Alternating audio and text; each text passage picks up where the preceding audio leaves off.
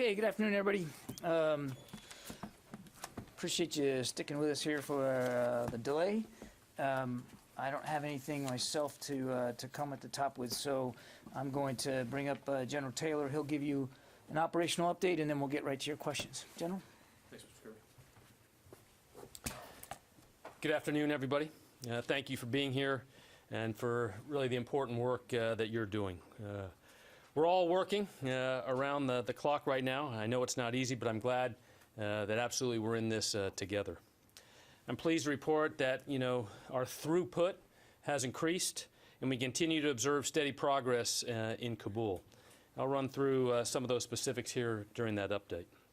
First, the military footprint in Kabul is approximately 5,800 total troops on the ground.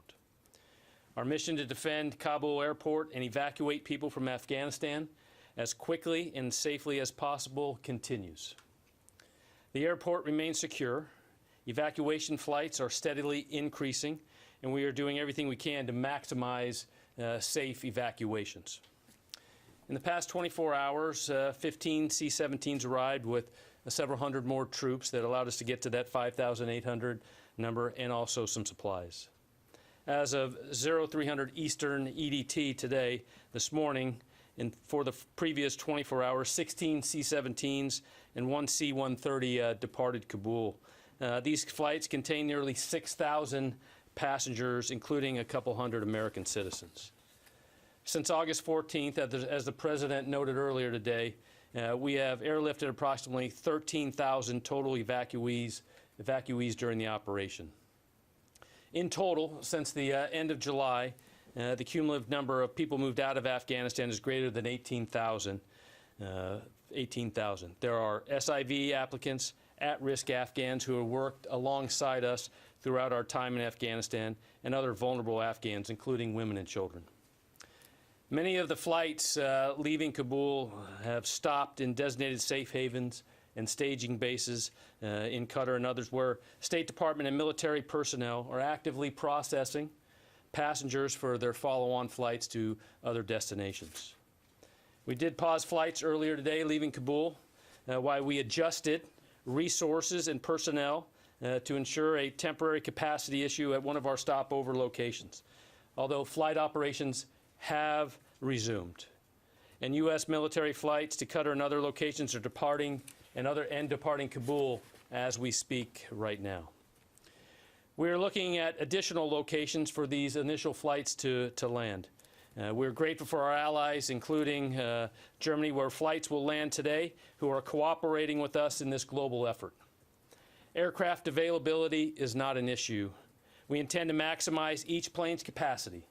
We're prioritizing the evacuation of people above all else, and we're focused on doing this as safely as possible with a great sense of urgency. We have not experienced any hostile acts since my last update. The troops on the ground are steadfast in an extremely dynamic environment. We see a tremendous amount of discipline, humanity, and professionalism in their mission. We continue to assess the operating environment and will aggressively address any threat to the mission. The safety and security of American citizens and service members, our partners who remain in Kabul alongside us, and the Afghan people is absolutely our top priority. I want to reinforce that we are focused on the mission of this great national importance. The massive effort is the result of teamwork and the tireless commitment of U.S. military to supporting the U.S. government around the world. Mr. Kirby. Thank you, General. Okay, Bob, there you are. Hey, John. Not in your normal seat. Thank you. President Biden, in his remarks earlier today, made a reference to having, I forget what word he used, but essentially rescued 169 Americans outside, beyond the perimeter, I believe he said. Can you explain what that was, how that happened, what happened? Yeah, he's referring to a small number of people that our troops, they were very close to the perimeter, the perimeter of the airport, very close. And in a short amount of time, with a short amount of distance, some of our troops were able to go out there and retrieve them and bring them in. Just on foot, you mean? Yeah. Yeah. Okay, and it's 169 Americans, or do you know the breakdown? I don't have the breakdown of of everybody. And then a related question would be, has there been any further consideration to going further beyond the perimeter to do that? Well, you heard the president today say that he wants to do whatever is going to be necessary to rescue Americans and our Afghan partners in need. I'm not going to speculate one way or another about potential future operations. The main focus is on security at the airport and making sure that, as the general said, that air operations resume and continue as unimpeded as possible. But clearly, we will be prepared and postured if we had to do something additional. But I won't speculate right now. Court? Did the U.S. troops have to go through any Taliban checkpoints to go and get No. these Americans? And then, can you, General, can you talk a little bit more about this flight pause? How long did it last? And can you say when it started, when it Yeah, stopped? it was early this morning. It lasted about 6 to 7 hours, and it was allowed to ensure that flights at our intermediate staging bases could receive more personnel. And that has been cleaned up as flights have departed there. It has allowed us now to continue with those that are ready to fly on Kabul to leave. So this was Qatar, right? Yeah. There was a backlog. Were there any other locations that had a backlog or that were? Not reported. Just a quick follow-up. Yes, ma'am. Do you have permission to fly Afghans from Kabul to the United States or only to a third country? And is that what the holdup was? That was not what the holdup was. The sites at Qatar were just at capacity. There was just no room to flow in additional people. Now, Jen, for special immigrant visa applicants who are already in that process, they will be flown back to the United States, and you've seen that we've done this at Fort Lee. We've announced Fort McCoy and Fort Bliss will be able to receive additional SIV applicants. For those who aren't in the SIV applicant process, there's been no final determination about whether they will be able to come right back to the United States again or in what timetable. That's a whole different category that we'd be dealing with, essentially people that are not part of that, technically part of that process. So that's something we'll be working out with the State Department. John, what is your current estimate for how many al-Qaeda are inside Afghanistan? I haven't seen an estimate on that. I don't know that we have an exact estimate. Military intelligence estimates about how many al-Qaeda remain in Afghanistan. We know that al-Qaeda is a presence as well as ISIS in Afghanistan, and we've talked about that for quite some time. We do not believe it is exorbitantly high, but we don't have an exact figure for you. As I think you might understand, Jen, it's not like they carry identification cards and register somewhere. We don't have a perfect picture. And our ability, our intelligence gathering ability in Afghanistan isn't what it used to be because we aren't there with the same numbers that we used to be. But the president just said that there is no al-Qaeda presence in Afghanistan. That does not seem to be correct. What we don't think is that what we believe is that there isn't a presence that is significant enough to merit a threat to our homeland as there was back on 9/11 20 years ago. The president also said there is no national security interest, no national interest in Afghanistan. I'm a little confused by that. Can you explain why there's no national interest in Afghanistan? Why did we have troops there for 20 years if there's no national interest in Afghanistan? We had a significant interest in being in Afghanistan to our national security 20 years ago. You've heard the president talk about this. The goal was to defeat and decimate al-Qaeda, also to prevent al-Qaeda from launching attacks on the homeland from Afghanistan, and we did that. We did that and a whole heck of a lot more over the course of 20 years, and to include helping with social, political, economic, just progress in Afghanistan. The president decided that it was time to end this conflict, that there was really only two choices because of the May 1 deadline, either plus up, because after May 1st we would come under attack by the Taliban, and we hadn't since the Doha Agreement had been signed, or go ahead and complete the drawdown. And the decision was made to complete the drawdown. Now, obviously, we're still going to maintain an overwatch vigilance with respect to the counterterrorism threat emanating out of Afghanistan. And if we need to, we will take action to eliminate and defeat that threat. John, you just said that you don't have intelligence on the ground in Afghanistan anymore. How are you going to have Overwatch, and you still have al-Qaeda in the country? Jen, what I said was we don't have the degree of dexterity intelligence to be able to give you a head count, a nose count of exactly how many al-Qaeda fighters are in Afghanistan. Nobody's walking away from the fact that they aren't there, and we're certainly going to maintain as much vigilance as we can, absent a presence on the ground. The other thing I would say, Jen, is our intelligence capability. It's more difficult if you don't have boots on the ground. But we have come a long way since 9/11 in terms of the way we collect, process, analyze, and distribute intelligence information. A long way in the last 20 years. And while it's never perfect, we do believe that we will be able to have appropriate warning should there be that kind of level threat coming from Afghanistan towards the homeland. And we have also the capability in the region to deal with that. Thank you. Tara. Thank you. The president also suggested that extending the perimeter outside of HKIA might put U.S. troops at too great of a risk, although it was not clear if he was meaning that the risk would be with the Taliban or with groups like al-Qaeda or ISIS.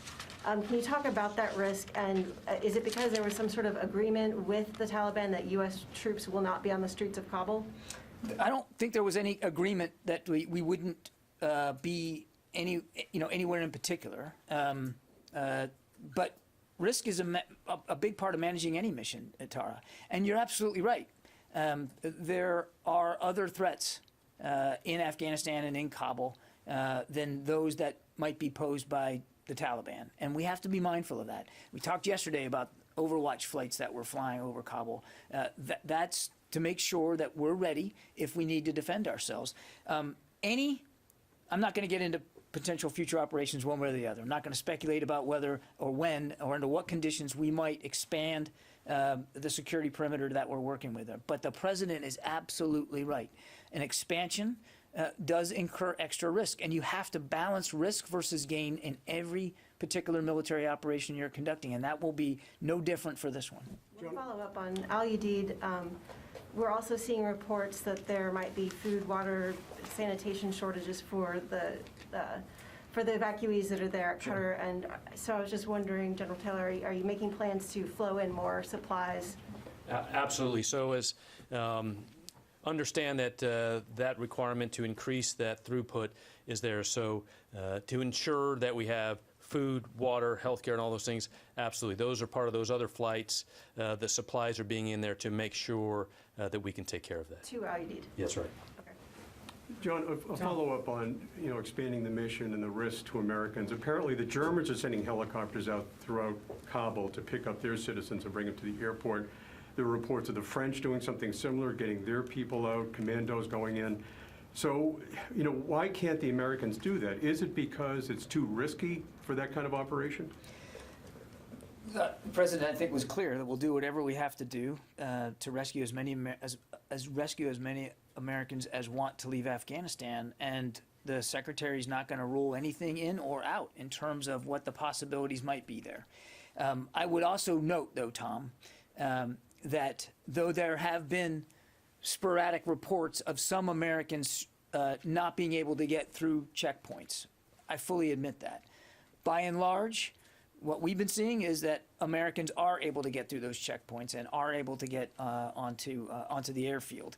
So we aren't seeing, we're not aware of indications that there is that big a need for that.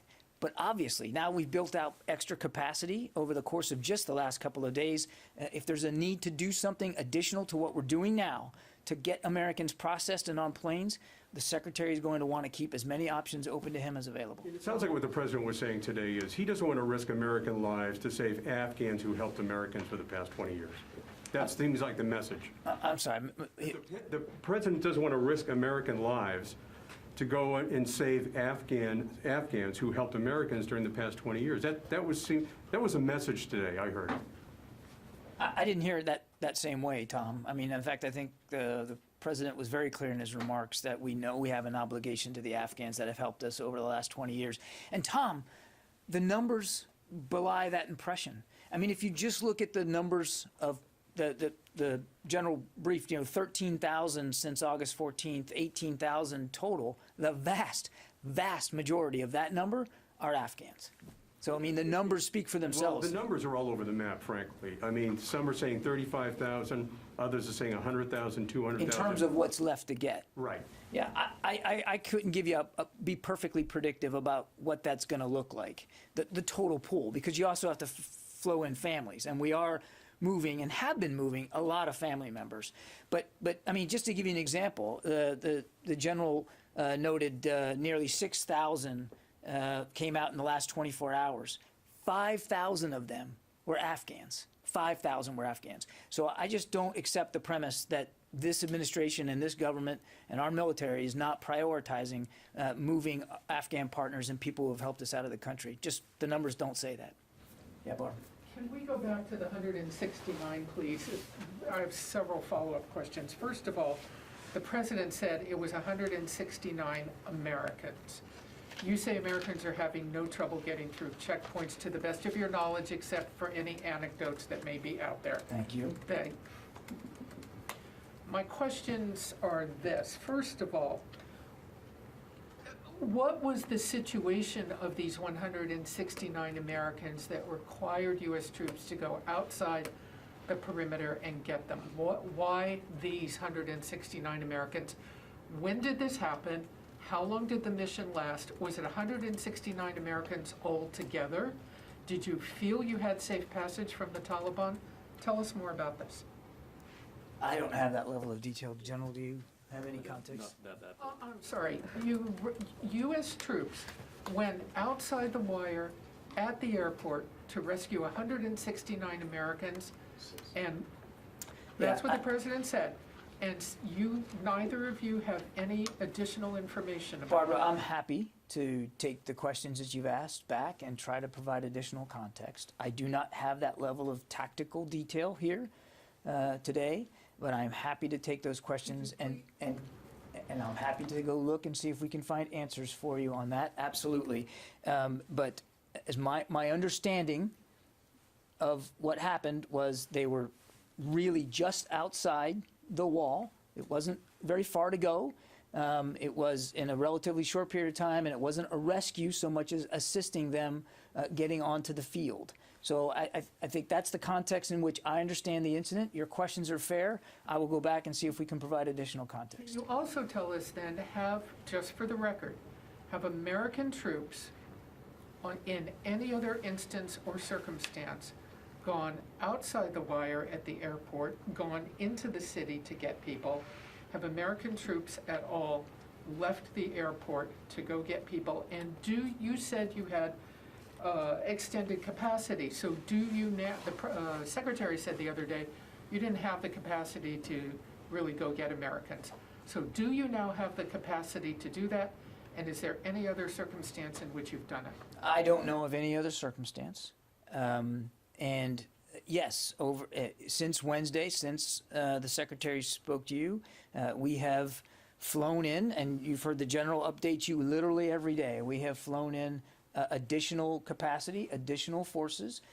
Security is in a more stable position at the airport. So if there would be a need to do something additional to help Americans or other people at risk that we need to get to the airfield, we would examine those options, tee them up, weigh the benefits versus the risks, and then offer up opportunities to the secretary to make a recommendation, and we would go from there. So now, just to make sure I understand what you're saying, for the first time, this many days into the operation, the U.S. military has the capability and capacity to go into Kabul and get Americans for the first time. We have additional capacity now, as we have flown additional forces in. But as I said earlier, I'm not going to talk about potential future operations one way or the other. And every decision that is made has got to be weighed against the risks and the benefits of what you're doing. The other thing I'd say, Barb, is, as I mentioned to Tom, there hasn't been that demand signal now. Most Americans are they're getting through the checkpoints and they're getting on. I'm not suggesting that in every case it's gone unimpeded. Why did Wait so many days to have that capacity. We didn't wait so many days, Barb. We have been flowing in forces consistently over the course of the last week, and we have been nothing but transparent to you about what we've been flowing in. So again, we will obviously do whatever we can, and if there's a need to do this, and it's an operation that we can talk about, we'll talk about it. Okay? Yeah.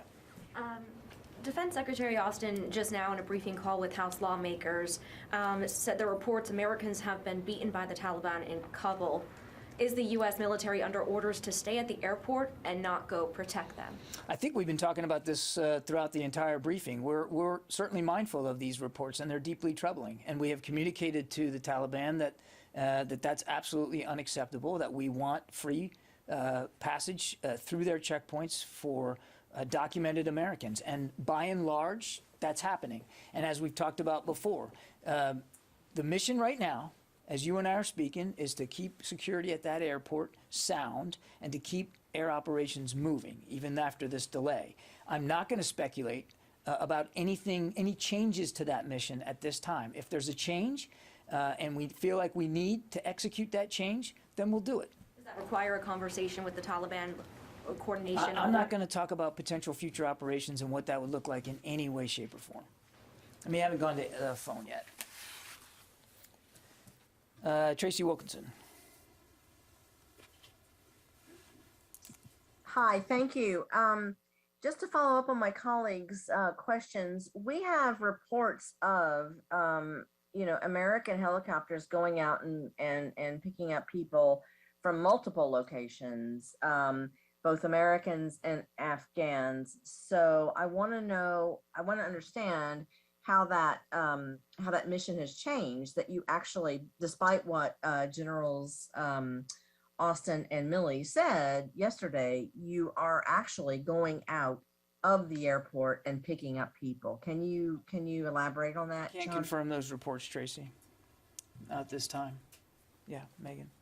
So I feel like we're kind of bifurcating the issue between Americans and Afghans. You said Americans are not having any issues, and you've settled with the Taliban that they're not going to have any issues, but have you made that same negotiation over Afghans? Because that's where most of these reports are coming from, that Afghans, Yes. even credentialed, are not being allowed through. We've seen those reports too, Megan, and we have made it clear to the Taliban that these Afghans with the proper credentials should be allowed through the checkpoint. And again, Megan, I certainly we recognize that there have been multiple cases of Afghans, even some credentialed Afghans, being assaulted and beaten and harassed, no question. But by and large, those Afghans who have the proper credentials, and we have made it clear to the Taliban what those credentials look like, what they are, by and large, they're getting through the checkpoint. And we have not seen that become a major issue.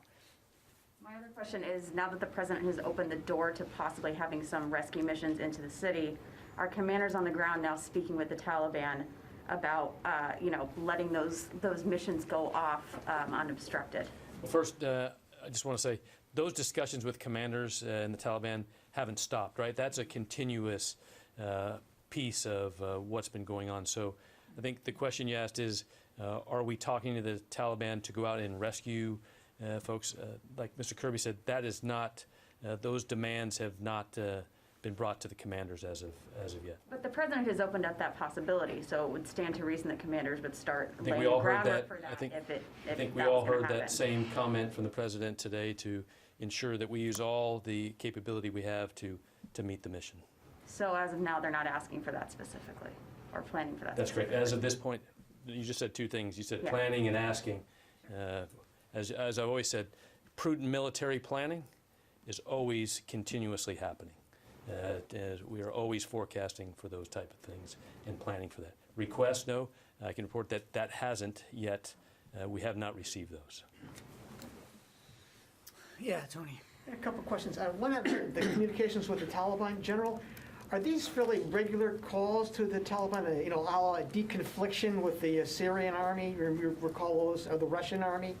Deconfliction calls are regular, and is there fairly good communication? Do they speak good English? Do they understand what we're conveying? So let's just talk about communication at echelon, meaning, you know, from higher to lower. I think those continued regular talks at the TPC at that level, you know, those things continue. You heard reported earlier in the week from Mr. Kirby, you know, about CENTCOM commander having communications. You know, CENTCOM has other military channels open that there is continuous at that level. Then at the tactical level, as we speak, you know, at the 2-star level, for those type of talks happen. And these are the discussions that are happening to allow the further increase of information to the checkpoints of who needs to come through, what passes look like, you know, what are the right credentialing to get through, who needs to come. And then, you know, that at the lowest tactical level, those other discussions, of course, those are always, I would say, probably a little harder, you know, just the community, but those are happening. I mean, you know, making sure that what needs to be communicated is done. While I got you up there too, General Milley the other day talked about the after-action process will continue. You know, now's not the time to talk about it, but any emerging theories on why the Afghan army collapsed? I mean, you've been studying this for years. I mean, is there any emerging theory? Negotiated settlements? The Post talked about that earlier in the week. Negotiated settlements that started last year at the village level and then went to the district and province level. Any emerging theories? As the chairman said, after action reviews will happen at the appropriate time, and you know, that guidance has been given. And I would tell you at the operations level, that focus is just like President, laser focused on the current flights of the current mission right now. Thank you. Joe, can I ask one quick thing Yeah. about Taliban communications? Sure. Do you get a sense there's a strict command structure, or there's a sense there's various Taliban militias around the city that if you talk to one Taliban leader, these guys in these militias going to say, well, I'm not going to listen, I'm going to do my own thing, not letting people through. Can you talk about that, and is it a problem? If so? I can't personally give you that level of detail you want, but what I do know, which I think is a positive, is there's constant communication, and it's being received, right? And we're seeing that things that we are asking for, passage and that, is happening and getting better. Yeah, Darren. Yeah. So, for the time being, up until now, have all U.S. flights from the Kabul airport gone to Qatar? And a follow-up now with planes going to Ramstein.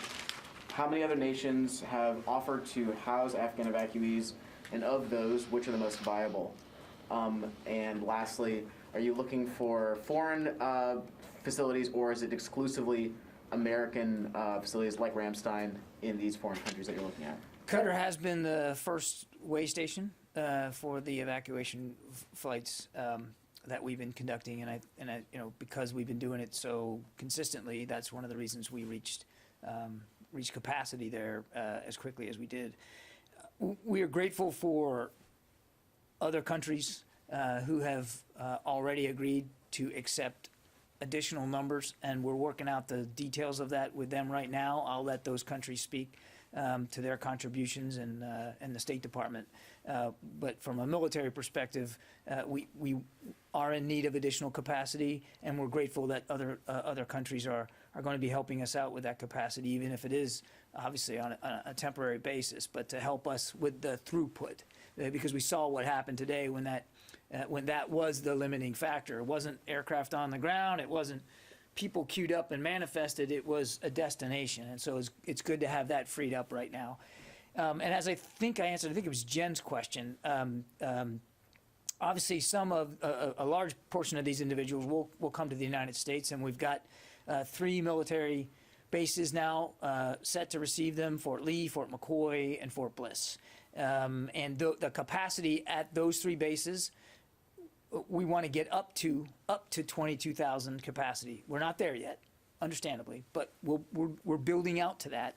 And as the Secretary has made clear to the Department, that if we need to offer additional U.S. installations here in the continental United States, we'll do that. But right now, we think we can get up to 22,000 in relatively short order here over the next coming days and weeks, and we'll see where that goes.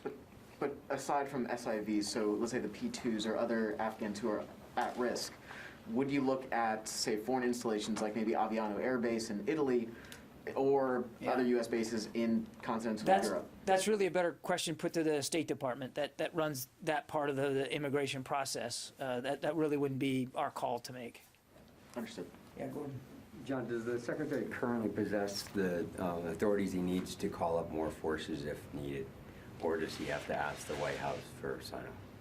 If he was going to make a major muscle movement in terms of additional forces of a significant size, he would absolutely want to have that conversation with the Commander-in-Chief. Sure, but I mean, given that the possibility that there a major muscle movement may occur in the future, has that like pre-authority in effect already been provided? I'm not going to get into the planning process, Gordon, but we feel like with the additional capacity that we have, that should there be a need to expand the mission in any way, that we have what we require. And if that would change, if it would require a change, you can bet that General McKenzie would flow up his recommendations, the Secretary would review them, as would the Chairman of the Joint Chiefs, and we'd go from there. Yeah. Just following up on that, have any more forces been put on ready to deploy orders? No. No. And then how long was the airfield closed for? Was it 6 hours, 3 hours, 2 hours? Yeah, it was roughly 6 to 7.5 hours right in there. And then during that time, what was happening? Were you trying to get other countries to accept the refugees, the evacuees, or what was happening in that? So first of all, on the airfield, processing kept continuing. So when we say really what's happening, just flights were paused to, I think like I said earlier, to allow for backlog, to ensure reception of folks leaving Kabul. So we were scheduling other flights and ensuring that we could get those flights out first as we brought other flights in.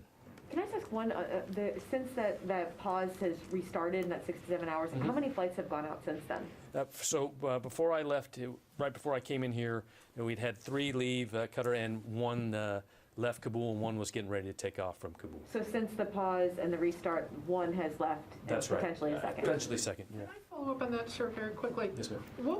Is it accurate and correct that the backlog at that time on the airfield of Afghans that couldn't board planes because they couldn't land them anywhere, was that backlog about 10,000 people? Or more? Less than. I don't have the exact number, sorry about that, but it was less than that. Less than 10? Yeah, I But think, in the thousands? right. So at that time, since they were there for 7.5, maybe as much as 8 hours, was there sufficient food, water, and sanitation? Are they sleeping outside on the airfield? How is all that Reports are working? that it was sufficient, but we are actively continue to ensure it is sufficient for the future and continuing as we build out even more.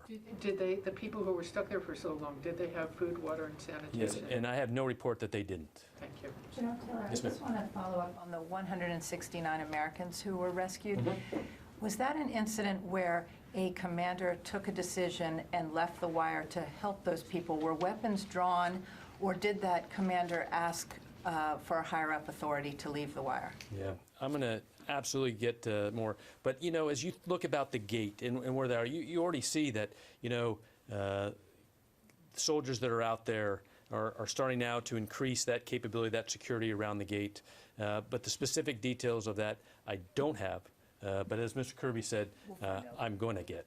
Yeah, we're just trying to figure out, because we've been told there have been no hostile interactions with the Taliban, but if the Taliban were stopping those Americans from getting to the gate and a U.S. service member had to go to rescue them, was it a tense situation where weapons drawn? Sure. That would count as Can a understand the hostile question. interaction. Yeah, we'll have to get you more information. Absolutely. Yeah, Tom. Me or Jim? Tom. Paul. I'm sorry, Paul. Okay. Sorry. All right. Guys, Brothers, Tom. the masks are killing me. 2 questions. One, if you've restarted if you've restarted the flights to from Kabul, the people we hear from inside Qatar say that the wait is 3 to 5 days to get out of there. It's so backed up. Where are you flying these people to? Are you already flying them to another country? Yeah, so like we said earlier, that constraint of ensuring we have other flights scheduled and the timing of those, that's already being worked, and increasing our throughput throughout the entire chain requirements of flights. And so flights that left, as Mr. Kirby said, some of those were going in and planned for the United States. When you say flights that left Qatar, Qatar to the U.S., so you're saying right now you're at a pace where the incoming and the outgoing from in Qatar there's some equilibrium? Getting there. Okay. Are they flying to other countries yet, other ISBs? I don't have that report, those flight plans yet. I mean, that's very, an extremely dynamic piece, but I don't have those flight schedules as of right now. Okay, and follow-up, we've seen videos of babies being hefted over the barbed wire and walls and U.S. servicemen taking them on. Can you tell us what's going on? Are these babies of families who have visas, have U.S. passports? Are they Afghans? Are they people with credentials? What's happening to their families? Okay, yeah. The video you're talking about, the parent asked the Marines to look after the baby because the baby was ill. And so the Marine you see reaching it over the wall took it to a Norwegian hospital that's at the airport. They treated the child and returned the child to the child's father. Was there only one? I'm only aware of the one incident. Okay. But it was an act of compassion because there was concern about the Are they babies. going to be brought out, the I don't father, know or that. were they put back outside the airport? I don't know, Jen. The baby was returned to its father. I don't know I don't know where they are now. We don't, I mean, obviously we have a responsibility to return a child to the child's parent. And I don't know who the parent is and whether they're an SIV applicant or I don't have that level of detail. But I think this was a very humane act of compassion by the Marines, and it's exactly the kind of skill and professionalism the General talked about. I already got you. Go ahead. I have a question for the General. Sir, I was wondering if, now that the airport is secure, if you could take us back to the breach that occurred on Monday. Okay. What's the latest assessment of how that occurred? What forces were in the area of that part of the airport at the time, and what was the interaction there? As we know early on, as we built combat power, and in that early stages, it was very dynamic. We assessed after that happened, and obviously reinforced, and throughout those days have ensured that the 360-degree perimeter is. I don't have the tactical AAR. That was not a requirement to pass that up to the Joint Staff, but what I do know is that that was quickly fixed, and the commanders there were able to use the assets they had immediately, and then as we built more combat power to ensure that hasn't happened since then. Was there any interaction with the Taliban ongoing on this? Always. I mean, like I said earlier, that communication at that level is continuous and happening. Okay, we've got time for just one more, and I haven't taken hardly any from the phones. Therese. Yes, sir. Thank you so much. Going back to the children that were being passed over the wall, is there going to be any, regulations stating that this should not be happening, to kind of regulate that parents aren't taking their children and trying to pass them off to get them inside the gate? I know of no such effort to do that, Therese. Again, these are U.S. servicemen and women deployed in a still dangerous and difficult mission. And I think what you saw there is the same thing that you saw when that Air Force jet packed to capacity with people wanting to get out. They're doing the best they can to be as compassionate as they can.